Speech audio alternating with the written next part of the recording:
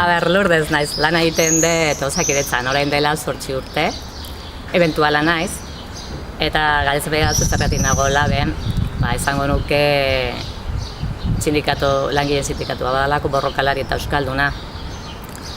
Ez du bakarrik defenditzen gainea gure eskubideak, langileena, da zerbitzu publikoak, gure baldintzak, nola egiten dugun gure lana, eta gainero da denontzak.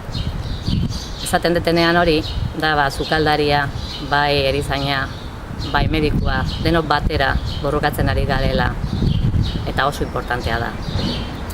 Ni emakumea naiz eta gure sindikatua emakumeen alde, gure berdintasunaren alde asko egiten ari da eta asko lantzen ari da. Feminismo ikusten ari da sindikalismoan.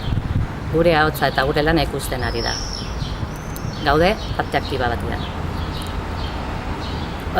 Nire lanari buruz Osakidetzan, esango nuke zenbat gauza galtzen ari gea. Adibidez, 35 ordu, apeak, kanosoak, kontratazioa, lankile pila ditute orain etxia, lanik egin gabe. Darponek esaten die daños colaterales. Bai, daños colaterales, baina daños colaterale horiek badauzkate hipotekak, seme-alabak, bizitza bat, vamos. Orduan zer nahi dugu?